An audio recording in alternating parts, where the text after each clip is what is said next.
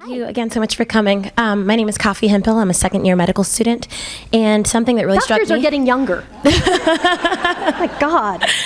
Something that really struck me in your speech was what your mother said to the response of the terrible things that you were witnessing. So my mother also curses like a sailor, so I can't tell you some of the other things she said that are equally relevant, but completely full of F-bombs. Go ahead.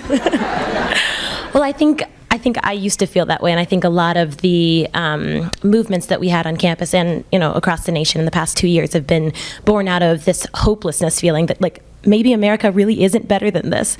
And I was wondering, based on your documentaries and all that you've done, all that you've seen, do you agree with your mother? It's interesting. I have to tell you, I completely agree with my mother. I mean, go grab somebody who's 60 and ask them to tell you what their day was like when they were your age. And I guarantee you will be stunned and you'll say, oh my gosh, I have nothing, what I'm dealing with is nothing to compare with.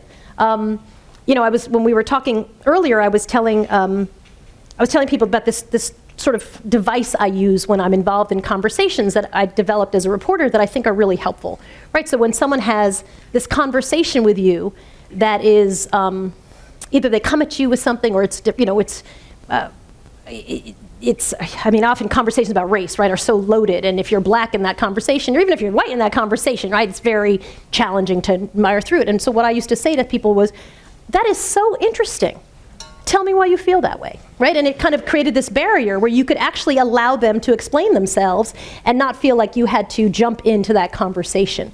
And so I really found that, I think America is getting much better. There's no question, clearly, absolutely.